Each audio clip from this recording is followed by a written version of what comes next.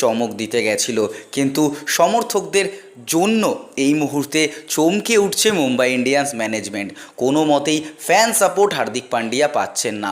অন্যদিকে তার যে বোলিং, সেখানে তিনি রেগুলারিটি মেনটেন করতে পারছেন না, যার জন্য প্রশ্ন উঠছে তিনি চোটে রয়েছেন, এবং সেজন্য ভারতীয় ক্রিকেট দলের নির্বাচকদের কাছ থেকে এই মন্তব্য বা এই বিবৃতি জারি হয়েছে।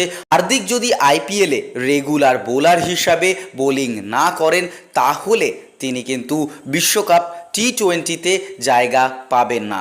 অর্থাৎ মুম্বাই ইন্ডিয়ান্সের অধিনায়ক পদ হার্দিক পান্ডিয়ার জন্য এনেছে এক অন্ধকার অধ্যায়। দেখা যাক হার্দিক পান্ডিয়া এই জায়গা থেকে নিজেকে সরিয়ে নিয়ে একটা ভালো সিচুয়েশনের মধ্যে নিয়ে আসতে পারেন কি না, এবং হার্দিক পান্ডিয়ার নেতৃত্বে এবছর মুম্বাই ইন্ডিয়ান্সের পারফরমেন্স কী দাঁড়ায় সেটাও আমরা অবশ্যই লক্ষ্য করে